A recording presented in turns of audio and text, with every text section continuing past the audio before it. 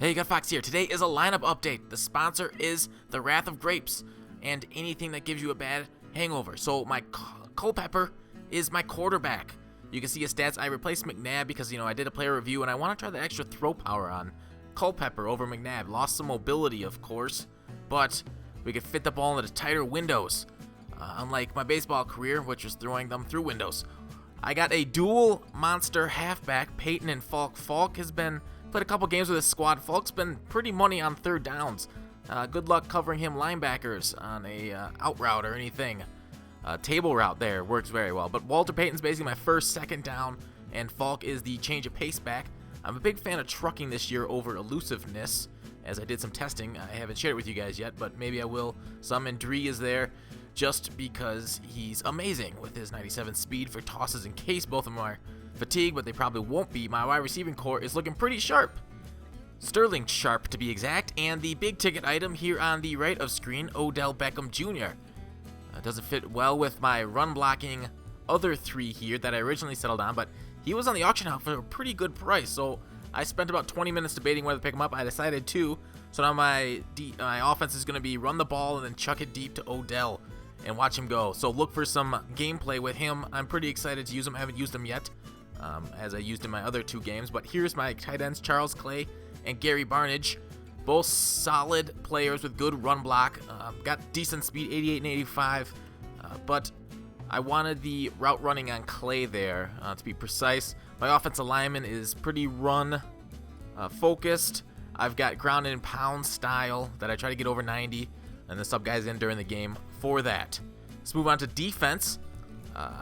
The middle linebacker. I didn't want to use her the middle linebacker anymore because I'm starting to use more cover 2, and that middle linebacker getting a deep zone is important to covering the center of the field.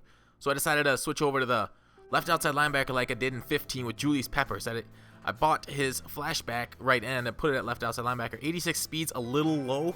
I could definitely tell the difference between him and Barr. It's like running in quicksand basically with Peppers. But the Peppers huge upgrade here is to his spec catch. 67 is pretty amazing. He's made last year he made some great plays with that spec catch, and this year he's already made one in one game, a phenomenal leaping grab for me, especially with the 6'7" height. Lee is the same for 3. Sean Taylor upgrade here. I love the speed play rec combo and the hit power at 100. Hopefully him and Night Train can tag team and run some people over that are standing on the tracks when the train is coming through. George Aloka is there for my cover 2 defense whenever I want to switch, and Jimmy Ward's going to be my base player. Love the speed, and he's basically Eric Berry version 2, the 94 version of Berry. Aloka will be there for the deep zones. Lloyd on the edge. I've got Joey Porter as the backup right outside linebacker. He will also come in during pass rush situations. He got a little bit better power move, but Lloyd's block shed, and I'm comparing him to Mack here. Lloyd's block shed basically makes him a defensive lineman and a stud one at that. These are the best 2 defensive tackles in the game right now. Just because one's 88 doesn't mean anything. Their block shed are 97 and 98. That is the only stat for defensive tackles that I care about after doing that defensive tackle testing. Mack off the edge is phenomenal speed. We got Night Train Lane. Pat Pete is the number 4. I have Richard Sherman and Dominic Rodgers-Cromartie over here on the right. And I have seen Richard Sherman actually failed to do his one job, which is stop the deep ball catching over his head. He was mossed twice, I remember, last game. Once one-on-one and once with double coverage back there with Taylor. So unfortunately, even the best at 6'3" sometimes gets beat.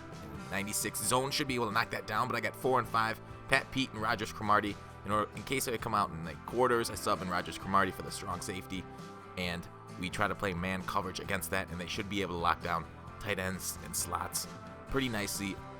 But we'll move on to the specialists. I got Trez Way and McManus there as my punter and kicker. Falk as my third down back for coming out of the backfield. Nix is there for kickoffs. I always go with the 1 deep Austin with his speed. Might switch to that halfback Austin with 1 more speed there. But that is the defense, offense, specialists. Let me know what you guys think. Thanks for watching. Call to action. I'll see you tomorrow.